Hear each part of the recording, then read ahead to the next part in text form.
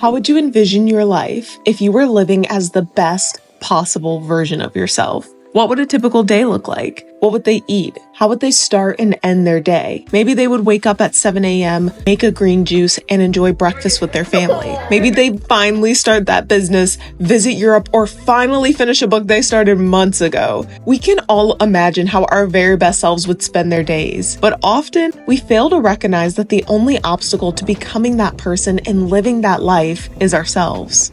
Hi friends, welcome back to my channel. For the next 6 weeks, I'm going monk mode. I won't be shaving my head or wearing a robe, but I'm challenging myself to cut out all distractions to become the very best version of myself by honing in on my habits. For the past 2.5 weeks, I've been traveling and visiting family, and as much as I love quality time with the fam, I've been overwhelmed. Working a full-time job and content creation all at the same time has left me a bit burnt out. And I'm ready to get back on track. We have 6 months left to make the most out of this year, and instead of creating a big, lofty goals that end up leading to burnout, instead, I'm gonna shift my focus to the next 6 weeks, the here and now, and I'd really love if you join me. 6 weeks, 6 healthy habits. Let's see how this goes. Starting the evening early means all things cozy and relaxing. This way, when I wake up early the next day, I don't completely hate my life.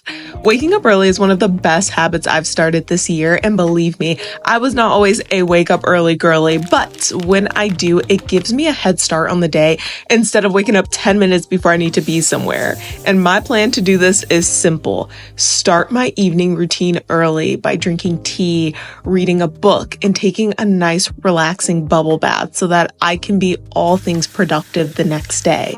We're always going 100 miles per hour and we're always thinking about productivity, but sometimes the best way and the easiest way to be productive is to slow down the night before. I've wanted to try this for a while now, but it's gonna be tough. This is my weakness, sugar. I know it's bad for me. I know I'm addicted to it, and yet every single night I'm that Winnie the Pooh meme after dinner, if you've seen it. Oh yes, I'm rumbly in my tumbly. Time for something sweet. Time for something sweet. The reason I want to prioritize using healthy alternatives instead of eating sugar every single day is because I made a mission to myself years ago that I don't want anything to have control over me, whether it's food, alcohol, a job, a relationship. I want to be able to say anything in life I'm able to give up. I don't need that thing. And I feel like that just gives you a sense of self-control that you know what you're doing is always going to mostly be for your betterment. And sugar right now is the thing that if I try to cut it out, I know it's going to be hard. Here's the thing. I'm still going to be having my dessert every single night, but instead it's going to be healthy alternatives. So instead of a brownie, I'm going to go for a smoothie. And instead of ice cream, I'm going to make a sorbet. Just last week, I made this delicious pineapple sorbet that was chef's kiss, so good. And if you need healthy recipes, make sure you follow me on Instagram or TikTok. I'm literally posting healthy recipes almost every single day. Drinking water is honestly life-changing, and yet I so often fall out of the habit, even though I know it makes the biggest difference to how I feel, my digestion, skin, and so many things. So I'm gonna drink 70 ounces of water daily as habit number 3 for the next 6 weeks, okay? I'm gonna be keeping that thing on me. And by that thing, I mean my water bottle. In every area of life, we should be romanticizing it, and that includes even when we're becoming the very best version of ourselves, which is why the bonus habit I wanted to add is treat yourself. Listen, it doesn't have to be anything crazy or expensive. You can buy yourself some flowers, go to the beach, have a spa day at home. Also, who says someone else needs to get you flowers? Okay, I get myself flowers all the time. It's just a small way to make me happy and treat myself, and self-care is just so important. Habit number 4 is to spend 15 minutes every single day with no external stimulation.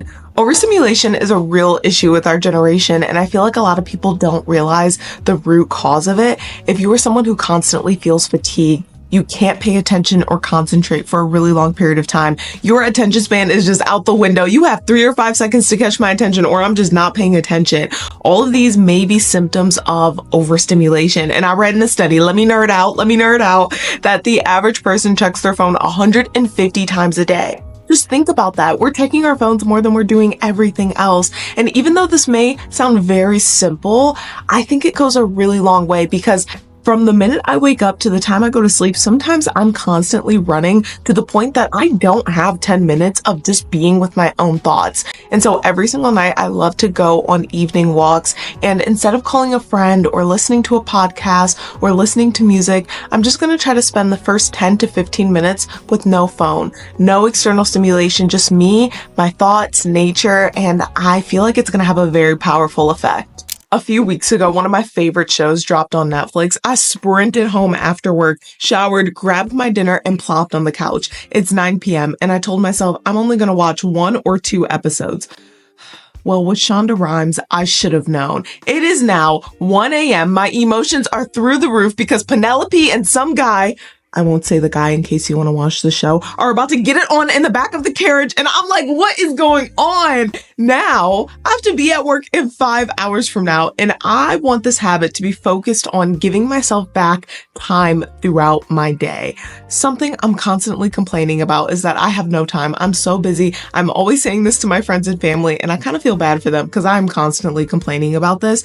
And yet, as I think about it, I'm like, Alaias, if you are so busy, why are you watching 4 episodes of Bridgerton in one night? And while this isn't every single night, it goes to show me that I do have time. I have enough time to get done everything that I need in a given day on most days, but I have to prioritize my time, which is exactly why I want to cut and limit TV and all entertainment for the next 6 weeks. Now, I do watch a lot of content for content inspiration or just to make sure I'm keeping up with what's going on. And so I won't include that, but really anything that's like TV or YouTube entertainment, I'm going to be cutting out. No video games, nothing. Just to make sure that I'm giving myself as much time as I need throughout my day. And then 6 weeks from now, we'll see how busy I am. Aside from the fact that Shonda Rhimes creates crack, I am very excited for this habit just to be able to give myself back time throughout the day and use that time for more productive things, whether it is catching up with friends or family, going for a walk, or just spending time doing the things that I don't always feel like I have the time to do. Habit number 6 is to make a new meal at home 1 time a week. This can be something small like a snack or a full course meal. It's really about trying new healthy foods that pushes me out of my comfort zone and opens me up to other healthy dishes. My mom used to always say, you can't do what you never try. And I feel like that relates so much to food. Then if I think about it, by the end of the 6 weeks, I will have learned 6 new recipes that I can create and even share with you besties. I'm so excited to see how my life changes over the next few weeks and to hear about your experiences as well in the comments if you decide to join me. I'll probably be sharing bits and pieces of this over on my Instagram and TikTok as well. Oh, and also make sure you subscribe because my next video is going to be a full 24 hours in the life showing you exactly how I'm living out these habits in a day-to-day. I should mention that my goal is to do all of these habits every single day for 5 to 7 days out of the week just to be realistic. Please let me know in the comments down below if you're going to be joining me for the next 6 weeks. I really hope you do. And you don't have to do all 6 healthy habits that I'm doing. Make sure you pick what's going to work best for you in your lifestyle. I love you so much, besties, and I'll see you soon.